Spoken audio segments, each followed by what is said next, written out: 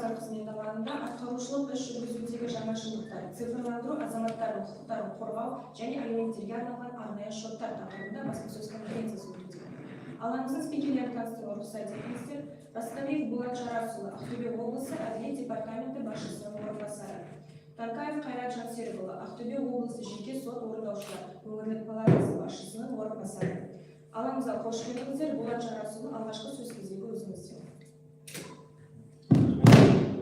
Саламатсыздар ма, құрметті Ақтөбе облысының тұрғындары және қонақтары.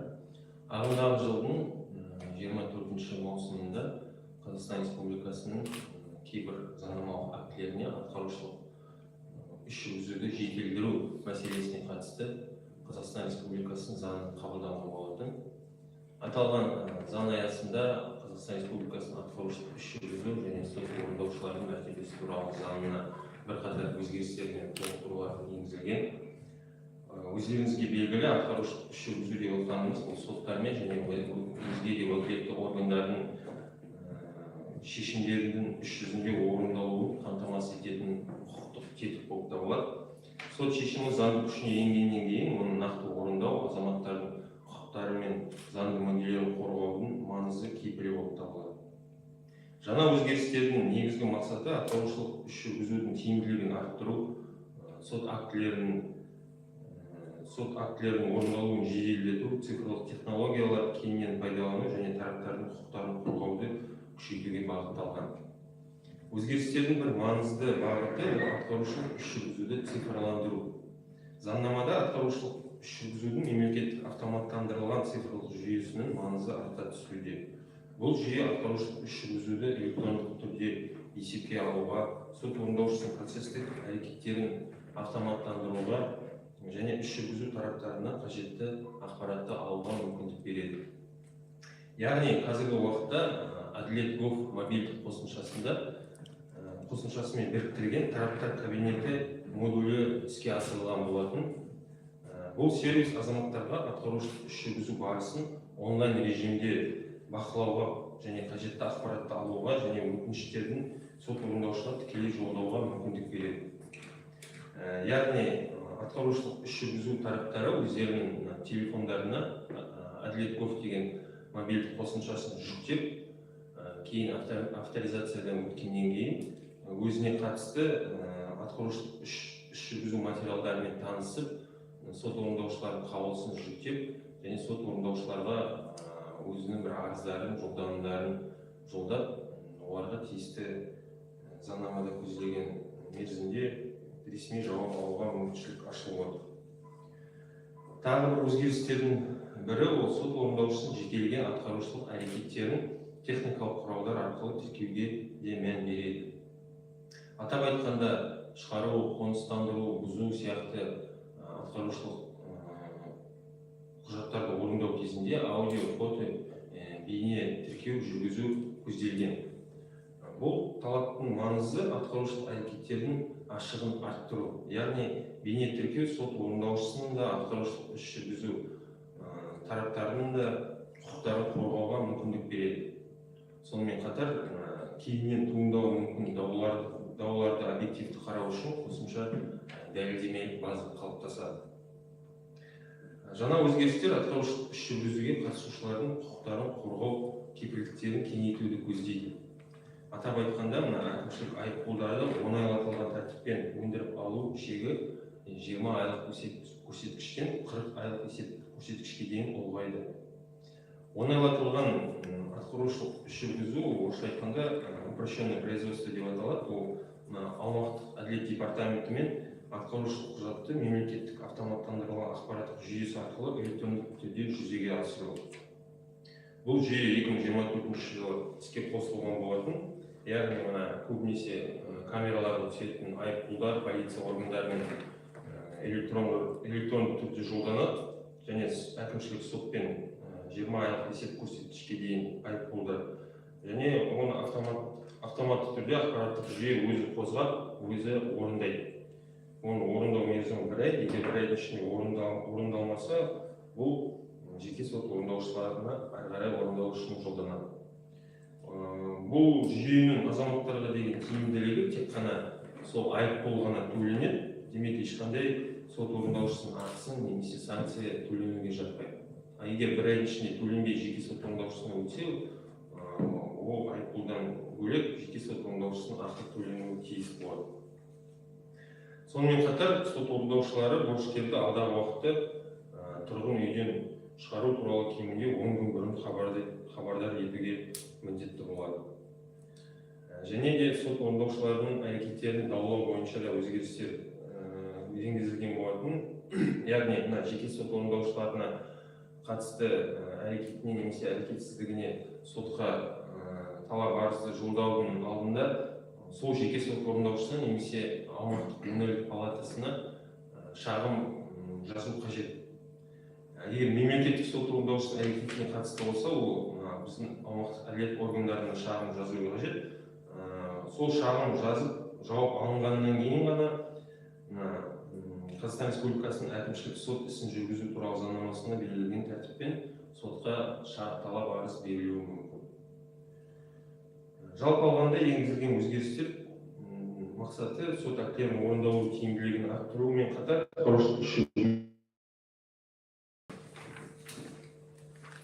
енді жалпы біздің өңірдегі атқару өндірістерінде көп құжаттармен бірге аса маңызды құжаттармен бірге табылатын алимент өндіру қазіргі уақытта біздің облыста 16.500 атқару өндірісі орындауда жатыр алимент өндіру туралы. Оның қазіргі уақытта 1907 атқару өндірісі аяқталды. Оның ішінде 64 атқару өндірісі бойынша алиментке берешегі жоқ, яғни 18 жасқа толған тұрақты алимент өндірмейтін атқару өндірісі аяқталған. Және де өндіріп алушылардың арызына сәйкес 1000 атқару өндірісі орындаусыз кейін қайтарылған. Қазіргі уақытта осыны 14 мың атқару өндірісінің халықта қалған 14 мың атқару өндірісінің 11 мыңдайы яғни айлық жалақысын ұстауда борышкерлердің айырмайды. Енді сонда біздің облыста 3 мыңдай борышкер жұмыссыз болып табылады. Енді қазіргі уақытта осы бір мәселе күрделі мәселе. Осы борышкерлермен жұмыс жасаймыз. Соның ішінде сот орындаушылар тарапынан жылдың басынан бері бірнеше мәрте еңбек биржасы арқылы, карьера мансабарлары арқылы акциялар жәрмеңкелер өткізілді. Оның ішінде жылдың басынан бері 97 борышкер есепте тұрды жұмыссыз ретінде. 100-ден астам борышкер сот орындаушылар тарапынан ұсынысына сәйкес жұмыспен қамтылған. Яғни бұның өзінде аз болса да бұл борышкерлердің атқару өндірісі бойынша алимент өндіріледі деген сөз. Сонымен қатар жылдың басынан бері Ақтөбе облысына жеке сот орындаушылар өңірлік палатасының тарапынан жеке сот орындаушыларының әрекетінің негізінде 253 миллион 872 мың 833 теңге алимент өндірілген, көптен бері өндірілмеген алименттер. Және де бұл алдағы уақытта өсу көрсеткішін көрсетеді деп ойлаймыз. Сонымен қатар жылдың басынан бері 123 борышкерді біз әкімшілік жауапқа тарттық. Оның ішінде 100-ден астам борышкер әкімшілік қамаққа алынды, яғни алимент төлемеген үшін. Соңғы 3 жылдың ішінде біздің облыста жақсы деңгейде көрсеткіштер көрсетіліп жатыр. Полиция тарапынан және прокуратура тарапынан қолдау тапқандықтан қазіргі уақытта борышкерлерге қылмыстық істер қозғалып, сотқа дейін үкімдер шығып жатыр. Биылғы жылдың басынан бері 8 борышкер қылмыстық үкімге тартылып, үкім шығып, сот үкімі жауапқа тартылған. Сонымен қатар жылдың басынан бері 20-дан астам борышкерге қылмыстық іс қозғалған биылғы жыл бойынша. Іздеу жарияланған борышкерлердің саны 140. Оның ішінде тұрақты анықталғаны 20-дан астам борышкер табылған. Жаңа қайталап айтып өтейін. Соңғы өткен айдағы маусымдағы заң актілері өзгеріс енгізуіне байланысты қазіргі уақытта алимент бойынша өндіріп алушыларға арнайы есепшот ашылу керек. Бұл енді арнайы есепшот тек қана бұрын Қазақстан халық банкінде болған арнайы есепшот. Ол бойынша сот орындаушылар тарапынан егер алимент өндіріп алушы борышкер болып табылатын болса, салына тыйымдар салынатын болатын. Бірақ та инкассалық өкім арқылы ол шоттан ақша алынбайды. Енді алдағы уақытта өзгеріске сәйкес, заңнаманың талабына сәйкес, алдағы уақытта бұл шоттарға мүлдем тыйым да салынбайды, және инкассалық өкім арқылы егер де ол кісіден қарызы болатын болса, өндіріп алынбайды. Яғни алименттік ақшасына құн соғылмайды деген сөз. Сонымен қатар бұның бір жақсы жері тек қана жаңағы баланың құқығын қорғау мақсатына бағытталған, арнайы тек қана сол балаға қажеттілігіне жұмсалады. Қазіргі уақытта біздің осы заңға өзгеріс енгізілгеннен бері республикалық палата тарапынан және жеке сот орындаушылар палата тарапынан тапсырмаға сәйкес әлеуметтік желілерде бұқаралық ақпарат құралдарында осы туралы барлық халыққа хабарлама жеткіздік, арнайы видеороликтер жарияладық. Сот орындаушылардың жеке мобильдік қосымшалар арқылы әлеуметтік статустарды қойып, борышкерлерді өндірушілердің бәріне хабарлама жеткізілді. Қазіргі уақытта 90%-дай өндірушілер тарапынан есепшоттар тапсырылып, жаңағы борышкерлер жұмыс орындарына жолданды. Енді алдағы уақытта тек қана алимент өндіру арнайы есепшотқа аударылатын болады. Енді осы былай. Орысша можете тоже? Қайсысын айту керек? Статистика по-моему, На сегодняшний день на исполнении у региональной палаты частных судебных исполнителей находится 30 на исполнение 16 тысяч исполнительных производств, взыскание алиментов. Из них окончено 1900 производств. На сегодняшний день 64 производства исполнены в связи с достижением 18-летия ребенку, а также в связи с отсутствием задолженности. По заявлению взыскателя было возвращено 1500 производств. На сегодняшний день остатки находятся 14 тысяч производств. Из них 11 тысяч находятся на перечисленном исполнении. То есть по этим производствам ежемесячно удерживаются алименты, заработная плата должников по алиментам.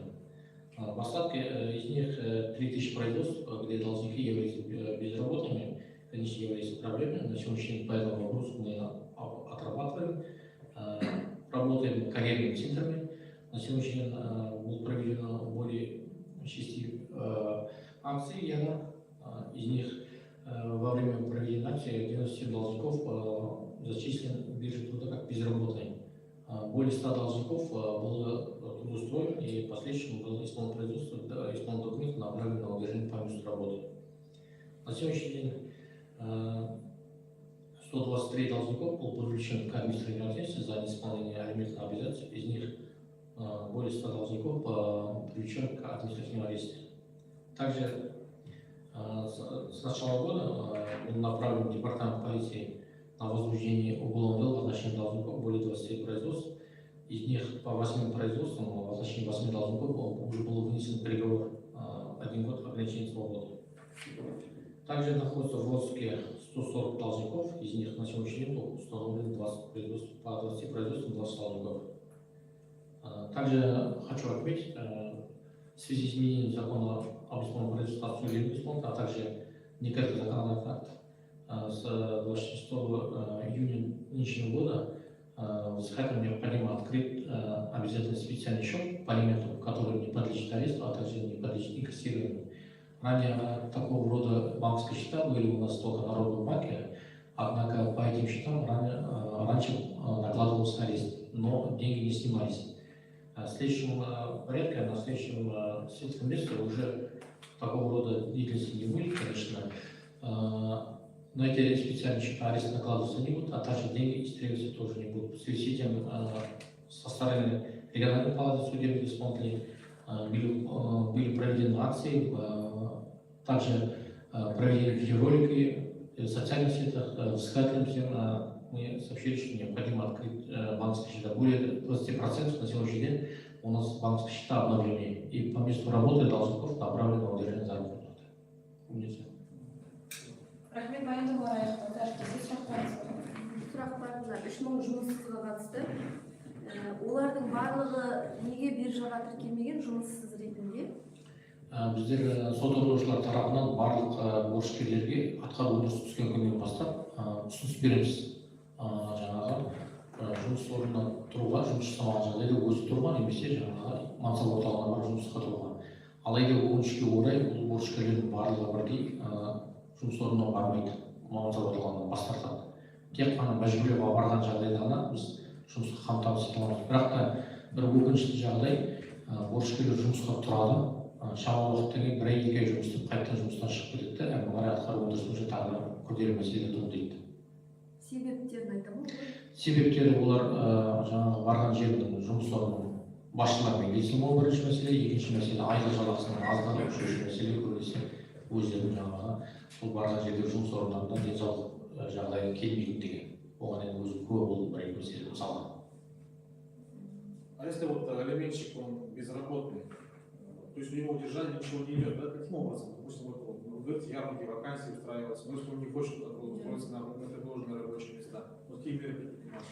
В последующем, после предложения должников на трудоустройство, если откажется в дальнейшем привлекается административности, в дальнейшем будет по истечении 3 месяцев направиться на возвращение уголовного департамента полиции. Ну, если он работает неофициально, то есть доход у него есть. Но, понимаете, здесь это невыгодно самим должникам, поскольку задолженность по алиментам определяется по среднемесячной заработной плате. Это где-то свыше 400 тысяч тенге выходит, получается, ежемесячно. Қанша қазір бере жатыр? Қарызы қанша? Жалпы өңір бойынша біздің Ақтөбе облысында 12 миллиард теңгедей қарыз бар. Алименттер берешек. Жыл сайын өседі? Ол 90 сайын өседі. 90 сайын біздер сот орындаушылар алименттер берешекті анықтауға міндеттіміз.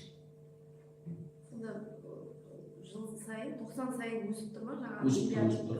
Бірақ та өткен аймен қарағанда қазіргі уақытта өндірілген сомаға байланысты статистикалық деректерге сәйкес өткен айдан 100 миллион теңгеге алимент азайған өндіру берешек.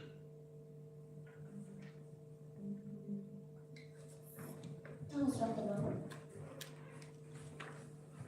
Есть еще вопрос? Мына алиментке бере жақ адамдар олар көбіне кімдер? Қандай әлеуметтік тап өкілдері деп айтуға болады? Ауылда тұра ма, қалада тұра ма? Әртүрлі. Білімі бар ма? Бір уақыттарда бас прокуратура тарапынан бұл борышкерлер 3 категорияға бөлінген. Жағдайы бар алимент төлеуден әдейі жағынан, арнайы жағынан жалтаратын борышкерлер, яғни өзінің атынан ешқандай бүлік қоймайды, есеп шоттарына ақша ұстамайды, бірақ та жағдайы бар алимент әдейі деп қасақана төлемейді. Екінші бір категория ауылдың адамдары, яғни төлегісі келіп, жұмыспен қамтылмаған жұмыс жоқ, өкінішке орай бір қиындық жағдай. Үшінші тарап жаңағы өмірдің отбасы жоқ, үй жоқ, жаңағы көшеде қаңғып кеткен азаматтар, олардың тіпті ақша өмірге келмейтін мысалы тараптар болады. Осындай категориялар бізде көптеген кездеседі. Осының 3 ішіндегі көбінесе кездесетін азаматтар сол категория. Үшінші тарап. Тағы сұрақтар бар? Басқа сұрақ жоқ болса, осымен баспасөз конференциясын аяқтаймыз. Қатысқандарыңыз үшін рахмет. Келген жоқ, Нұрмұхан.